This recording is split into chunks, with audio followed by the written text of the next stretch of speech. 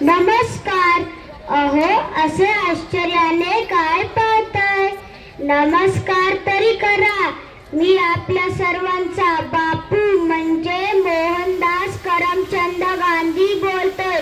आता पटली ना ओळख? असे भांबावून जाऊ नका. मला आपल्याशी संवाद साधायचा आहे. माझा जन्म 2 ऑक्टोबर 1869 रोजी गुजरात राज्यातील पोरबंदर या गावी झाला. मी दक्षिण आफ्रिका या देशात गेलो. तेथील वर्ण देशाची लढाई लढलो. का आपण सारी एकाच ईश्वराची लेकरं असताना जाती, धर्म, वर्ण आणि पंथाच्या वादात कायम एकमेकांना पाण्यात पाहत असतो तेच कळत नाही. तिथेच मला सत्याग्रहाचा शोध लागला. पुढे मी भारतात आलो. मी संपूर्ण भारत फिरलो.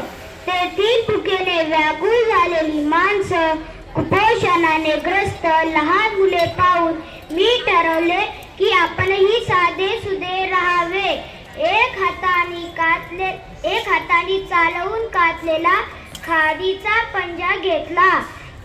वाईट बोलू नका, वाईट ऐकू नका व वाईट पाहू नका अशी माझी त्रिसूत्री कायम लक्षात ठेवा. मी राष्ट्रपिता आहे. मला अभिमान वाटेल असंच वागा. मी तुमच्या चलनावर विराजमान झालो आहे. माझा हसरा चेहरा असलेला फोटो चलनावर आहे. जेव्हा कष्टकरी कष्ट करून कमवतात तेव्हा मला कृतार्थ झाल्यासारखं वाटतं.